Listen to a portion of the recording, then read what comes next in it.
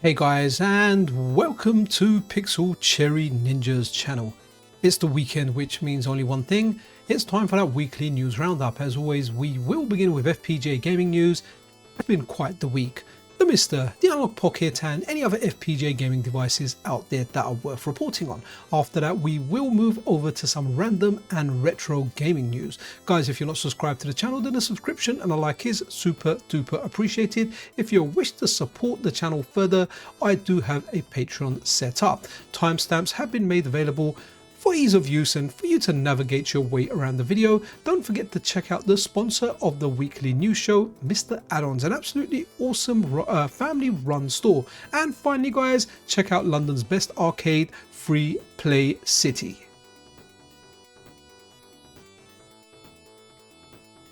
Starting this week's episode with some great news. Go Billy, guys. If you're familiar with this name, you may not be familiar with the name, but you'll definitely be familiar with this guy's work.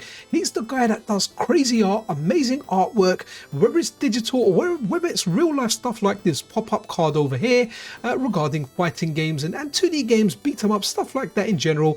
Chances are if you grew up like late 80s, 90s and you gamed in the arcade around then, you will appreciate this guy's work. I mean, just have a look at this. So this is the ending of Final Fight, where we kick a guy in a wheelchair off a building and there's geese saying first time, and it's just his timeline is just full of stuff like that. So he's going to be on for a live stream with me on Monday 7 p.m. UK time.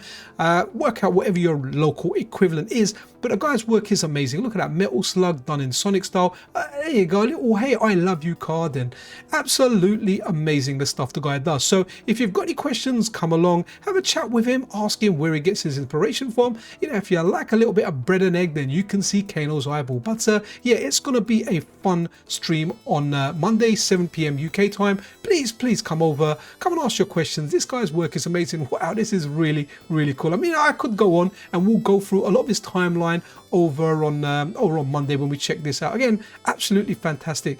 This guy's this guy's imagination, it just has no end, man. Just when I think he can't think of anything else, he just comes out with something else. So really looking forward to that next week. Bad news, guys, we didn't get a JT Friday, but hey, good news, we got a JT Saturday, and I'm pretty sure somewhere else in the world it was actually Friday, maybe the last minutes of it. So I woke up, had a few chores to do. Just before I was about to shoot this video, we got a couple of games. This one here, The Return of Ishtar. So let me put in a credit, right? And this is a weird game, guys. So look, I'm gonna pump in my name, right? So there you go. So right, let's pick one character, male, other female. So you've got like cast spell, then you've got select spell, and then you've got swap character, right? So an unusual game. I'm actually playing this while I'm doing it, and you can control each character with, so let's go and attack that with a sword. And that's interesting, right? So if I press swap, look, I can control both. It's very weird. It's so I've got a dual analog controller plugged in, and look, I'm moving, you know, one stick right, or both of them together in the same direction, and I'm controlling both characters simultaneously. Okay, I thought I could go down there, so let's see where we can go. Again, just weird. It might be worth maybe configuring both characters to one stick, and that way you can, you know, just kind of move them in sync. Whether that's the kind of best way to do it. There you go. So I've swapped the character over, but now I can only control one. I can't move the other one with the stick, so not sure what the deal is over here. So an interesting game, not something that I've played, but definitely interesting for an arcade game. An arcade game with two sticks where you control two characters simultaneously. And I'm not talking two players, I'm talking one person controlling two characters. Oh, it can get baffling for sure in the head. Wow, okay, yeah, it's definitely confusing me a bit. Interested in your kind of opinions if you played this game? No. Okay, anyway, let's have a look at the other game that came in as part of the JT Saturday. The next game that we got as part of JT Saturday is this game over here. This game here is called Genpei Toma Den. I'm actually running this on the MiSTer FPGA. I ran up there at all, it grabbed all the files for me. Unfortunately, it didn't pull the ROMs down for me, and I have got the ROMs downloader switched on, so I added the ROMs manually. Hopefully by the time you run up there at all, you get all the files including the ROMs. So I really don't know nothing about this game apart from it looks kind of interesting. The sprites look kind of big, and I will try it out later, but for now, for the news video, as it came out just before, I thought let me just run the MiSTer. We'll run the attract mode and see what this game's like. So enjoy. Hotego also mentions in his latest Patreon post that there has been an update to the Neo-Geo Pocket's color core, which includes a fix for a brown line that used to appear at the bottom of the screen. So if you did see a brown line, it should not be there anymore. A game that I am so looking forward to arriving to the MiSTer FPGA and the Analogue Pocket is Metro Cross. I played this on the Atari ST, and as well as that, I also played it in the arcade. So Hotego here says Metro Cross hardware turns out to be much closer to that of Sky Kid Deluxe than to Pac-Land. With a bit of modification, I got it to boot up on the JT Thunder core. So this is something that I know many of us are looking forward to, and hopefully we'll be enjoying this on our FPGA gaming platform soon. When I say it's been a big week for FPGA gaming, guys, it's been a big week for the MiSTer FPGA gaming in general. We now have the Taito F2 core available via Update Tool. Now, I know I've been showing you some games working on this and then more games working on it as the core was in alpha, as Wicker Wacker aka Martin Donland was working on this. More games became available and we were testing them out on a regular basis. Most recently, this got added to the core, the Ninja Kids. It's a goofy brawler, it is fantastic. But not only that, there's a whole heap of games, and we'll have a look at all the games that are available, at least in text form. But let's bring up some videos of some other games that are definitely like amazing. They're just worth trying. Pulley Ruler. Wow, this game. I always say it's like Studio Ghibli made the brawler, and that's what it looked like. It just looks fantastic. Such an amazing core. Just look at the amount of games we have on this core. You know, if you've got no plans for the weekend, well, this is now your plans for the weekend. And if you already had plans for the weekend, change those plans and play some of these games. As well as that, we've got like Don Doka Don. I like single screen platformers. It reminds me of Bubble Bobble, Parasol Stars, that kind of era. We like these garden gnomes with a little mallet beating mushrooms, right? Great way to spend the weekend. Then we've got Mega Blast. For some reason, it reminds me of the Mega Drive. It's a horizontal shmup and it is a banger. It plays well. The controls remind me of Darius a bit, the way your ship feels while it's floating around. And we're gonna have a look at the first game that became available on this core, which was Final Blow. So guys, this is available via Update Tool. Run Update Tool. The core's still in beta. There are still a few titles that aren't working on there. One in particular that I'm waiting for is a title called Thunder Fox. Hopefully that will become compatible soon. That's a side scroller. It just plays really, really well. I've tried it on emulation. It's a fantastic game. And just to bring up the entire list of everything that is available, Wicker Wacker created a post over on the MiSTer FPGA forums. I always go to server because Discord server, it just rolls off the tongue. But yeah, on the MiSTer FPGA forums are still a thing. So the games that are currently supported are Camel Try, which is a unique ball rolling puzzle game with rotatable mazes, right? Then we've got Dino Rex the Brawler, Don Doka Don the single screen platformer, Drift Out, very, very good like racing game, like bird's eye view with a whole map just kind of rotates and scales around. Final Blow, which we've got on screen. Growl, a great beat 'em up, especially if you love animals. You get to rescue animals in this one. Then we've got Gun Frontier, which is a vertical shmup. Liquid Kids, that's a fantastic game, a lot of fun. I need to play that one a bit more. Mega Blast that we've got up on screen. Ninja Kids, the main feature on the screen, that's just buried in the background right now.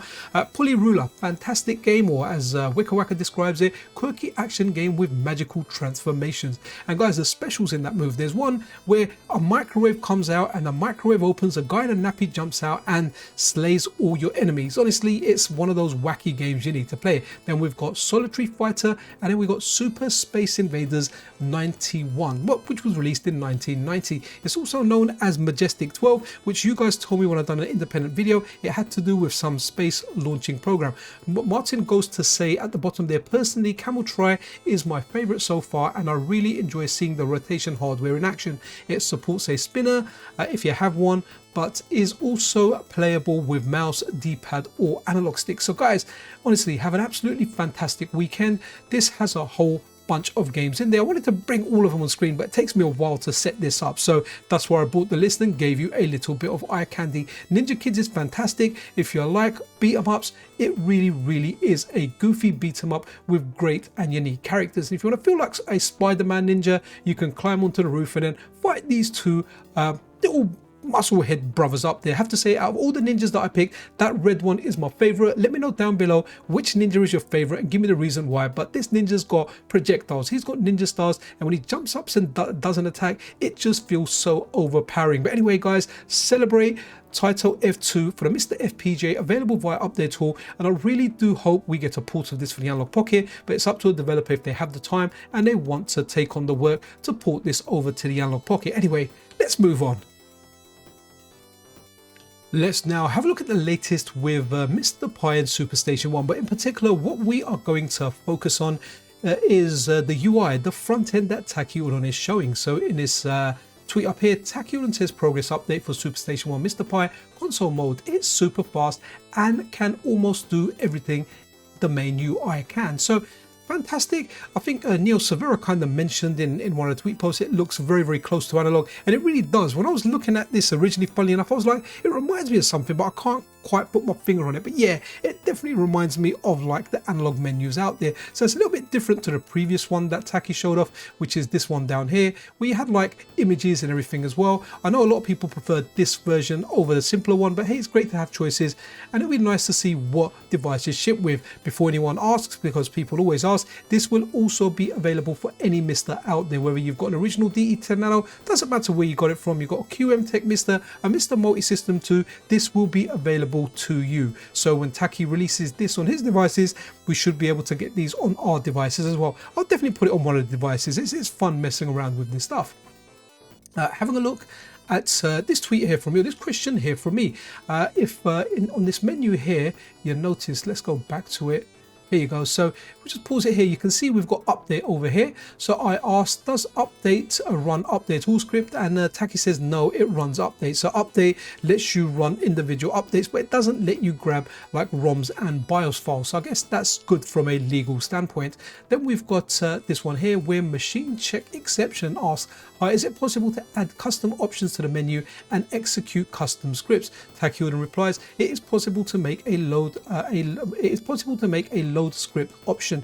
So if you do want to get update all on there, it's possible to make a custom script. So maybe you guys can do that, or someone can do that within the community. Again, looking really interesting. I'm liking the front end. For one, I love the simplicity of the MiSTer. When I have front ends, I've got like the CoinOps project stuff. I've got like Launchbox, Big Box on like some of my PCs. I've got stuff on a Steam Deck. I've got stuff on handhelds.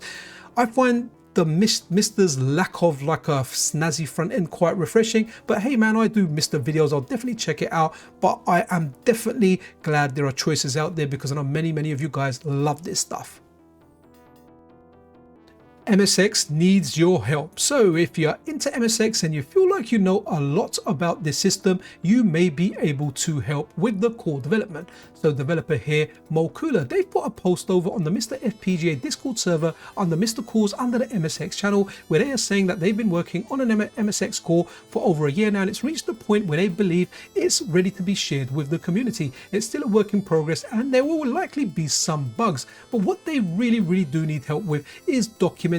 They want to make proper documentation. If this is something you can help with, I'll leave a link to this exact Discord post so you can go over and reply. So if you want to give a hand with that, naturally you'll be credited, and as a reward you'll get the latest version of the core, all the necessary tools and support from the developer. So remember guys, all these cores, everything that we do is a community effort. So if you do want to get involved, follow the link in the description and get yourself over there. I don't know much about this core. Me, in regard to MSX, the only experience I've had with it was when Boogerman ported over the MiSTer core over to the Analogue Pocket, and that only plays MSX1 and not MSX2. I had a fun time streaming it and doing videos, but it's a system I don't know much about. I was very impressed by the system, especially given how old it was and the quality of the games. MSX2 it's a fantastic system because I've played like the Metal Gear game on there somewhat, and it just feels amazing. So if you do want to get yourself involved in this, especially if you're good at writing documentation, get in touch with Mo and yeah man, help out the community. The main MiSTer operating system received an update a few days ago, the 24th of May. Now, I'm always using the unstable versions of the MiSTer operating system, or the MiSTer main and it receives plenty of updates. But when it comes to like the stable version, the one that you get when you're just running updates, it does receive updates, but not so frequently. But it did a few days ago. So in the notes over here, it says main Saturn and PC Engine CD fixes by SRG320, add interlaced video vertical filter by Zach, add support for save states in arcade cores by Martin Donlon. I probably didn't mention it in the Taito F2 section, but the Taito F2 core does support save states. I've tested out and it works, and likely we'll start getting more save states for future or different arcade cores. So I look forward to that in the future. Then we've got video Guard Division by Zero in SPT config DV, and that's ZAC4223, other tweaks and fixes. So it'll be like other minor little tweaks and fixes. So for the SNES, CPU, SA1 and Sofami fixes by SRG320. So there's a lot that happens with the MiSTer. There's a lot that cooks. There's a lot of stuff that people do in the background, and all we do is hit update all. Amazing. A week or two ago, I did mention on my channel that MiSTer Fusion now comes with Update Tool installed as part of like the basic package.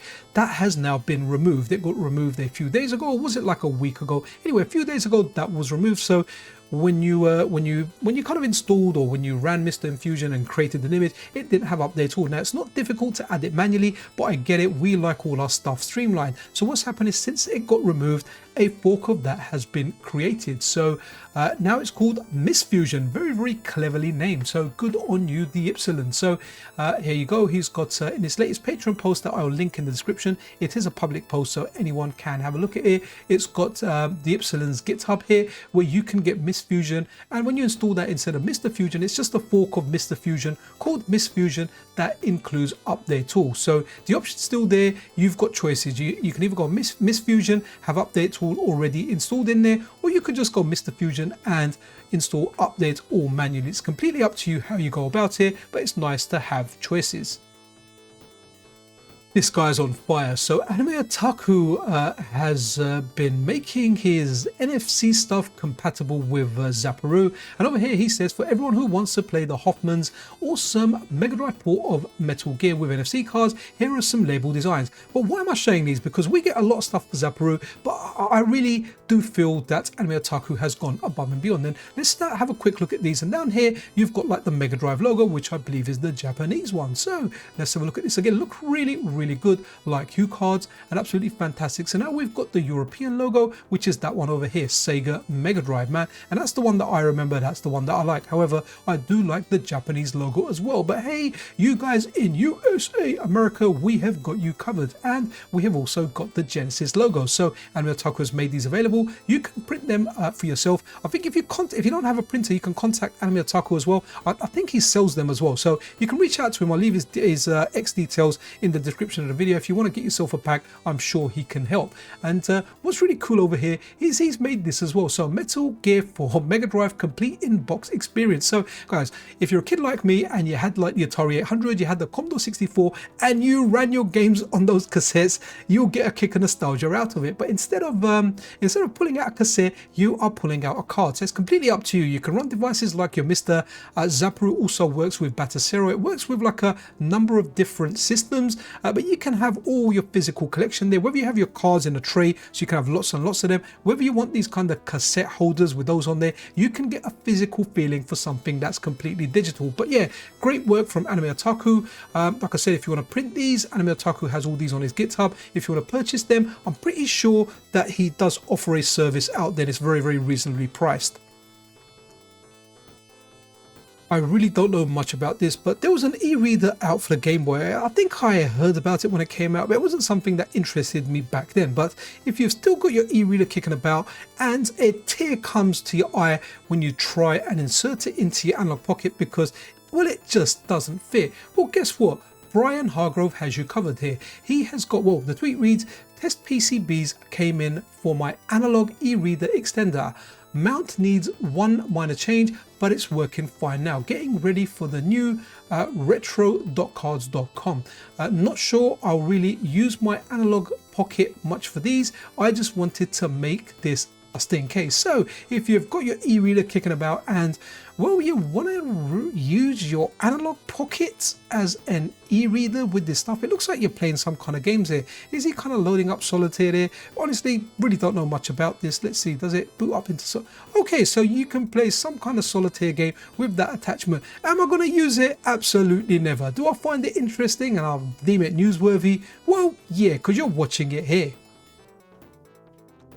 Always excited about this from Yuzo Koshiro and Earthion. I've called it as Game of the Year 2025. I know some people disagree, but I know a lot of you guys agree as well.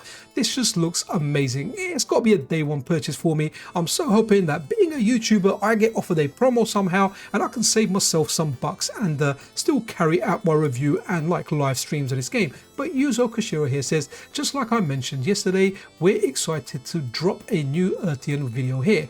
You'll spot a lot of new stuff and scenes we've added in. Plus, there's a fresh track unveiled, and absolutely everything you see and hear is straight from an actual Mega Drive. So you're not going to hear the sound in this video because I usually film them silently and add my own soundtrack. However, I will leave a link to this tweet.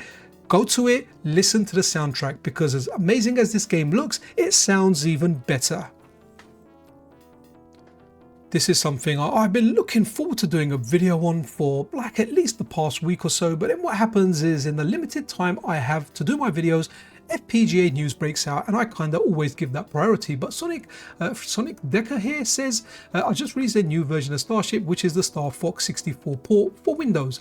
Only for now. Linux, macOS and Switch versions are coming soon. Oh, that's really interesting. So you can play this on a Switch, provided you obviously have a hacked Switch, right, with running custom firmware. But do let me know, because recently I bought a ultra wide monitor. I think the aspect ratio is like 21:9, but you know, an ultra wide 2K monitor. I've gone up to 2K, not quite 4K yet, and I want to play it because I know it's got an ultra wide setting. Just let me know if you do want to see a video in that. Shall I do a video of it in ultra wide and we'll have a look at it together? But I do like all these the compilations that are happening, these native ports that we're getting. Simply is the best way to play these games. If you're a fan of Star Fox, or if you're in Europe, Lilac Wars, you want to check this out. If you've got a PC, you don't need a powerful PC, but honestly, it's actually better than playing it on original hardware, at least in my humble opinion. And I played these games, I have nostalgia for the N64, but this one here just blows it out of the water. And more in the compilation news. So this is interesting, right? Really good account to follow for N64 stuff. Recollect 64. I'll leave a link to this particular tweet in the description. So GameCube, Nintendo 64, emulator decompiled, obscure but cool, and that was on May the 26th, 2025. So I remember when I bought some Zelda games, it came with like an additional disc with different Zelda games on there from like previous generations, like the Nintendo 64 versions of some of the games, and they were playable via that disc on your GameCube. And we go over to the page, it gives you a little bit more of a description. So GameCube, in 2003, Nintendo bought the Legend of Zelda Ocarina of Time Master Quest and the Legend of Zelda Collector's Edition to the GameCube. These discs contained the classic Ocarina of Time. A version was tougher, or with tougher dungeons, more enemies and beefed up bosses, right? So if you found it too easy, you definitely want to play this version. And the latter contained a couple of NES Zelda games, but also included the Legend of Zelda Majora's Mask. These games are not ports, they were ROMs, and the discs contained emulators. So again, interesting stuff. Love all the decomp stuff that's happening. So if this is your jam, check it out. I'm going to try and cover these in the weekly news videos whenever there are updates. So because recently when I played the Shinobi, that had a new soundtrack, a new arranged soundtrack from John Shepherd, also known as Relic. Guys, this blew me away. Don't get me wrong, I've always been a fan of like different soundtracks, but I usually prefer the original. I appreciate like the remixes, I appreciate them, but I always kind of go back to the original. But in the case of this Shinobi one, it is just banging, absolutely banging, just absolutely loved it. It really is that good. I've got my own video on the channel. You can also check out John Shepherd's video, the guy that made it. here. And John Shepard, if you're watching this, dude, can I have like the raw tracks, because I want to use the Shinobi soundtrack for news videos and videos that I do on the channel. Like if I had it now, I'd use it for this one here. So guys, the soundtrack you're hearing likely isn't going to be this one, but you want to check this out. This version of Shinobi with this soundtrack is fantastic. So as well as the Shinobi one, we've got this here from Batty. So if you're into a Mega Man X5 on the PSX or the PS1, it now has an arranged soundtrack including improvements. So yeah, if you want to check that out, that's also available for soundtrack updates for classic games. And finally here, John Shepard again, Contra, one of my favorite games, Contra 3, now has a soundtrack, now has a new soundtrack that includes guitar parts on there. So a pack is incoming for MSU1 on this courtesy of John Shepard. Yeah, Contra, absolutely banging game. Looking forward to this soundtrack. Again, I'll leave links in the description if you do want to listen to them for yourself. And if you like them, hey, well, you can install them on your devices. So guys, that brings us to the end of this week's video. I really do hope you enjoyed this episode. If you did, then a subscription and a like is always super duper appreciated. Be freaking awesome to one another, guys. This is Pixel Cherry Ninja and his lovely dinosaurs out.